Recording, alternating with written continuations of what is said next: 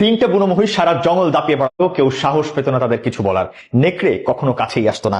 একজন ছিল সাদা রঙের, একজন কালো, আর একজন লাল রঙের। কিন্তু বুদ্ধিমান নেকড়ে কালো এবং লাল রঙের মহিষের কাছে এসে বলল, আমি সাদা রঙের মহিষটাকে খেতে চাই, বিনিময়ে তোমাদের আর কিছু বলবো না, এই জঙ্গলে তোমরা ইচ্ছা মতো ঘুরে বেড়াবে।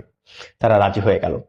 সাদা মহিষটাকে আক্রমণ করে নেকড়ে খেয়ে ফেললো তাদের সামনে, স্বজাতিকে হত্যা করলো।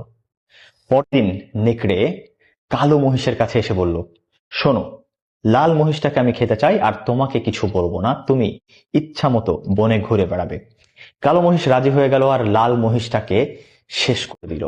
এরপর দিন নেকড়ে আবারও আসলো কালো মহিষের কাছে, কিন্তু এদিন আর কোনো পারমিশন নেওয়ার জন্য নয়। কালো মহিষেরও বুঝতে বাকি থাকলো না যে এখনই প্রাণটা চলে যাচ্ছে তার।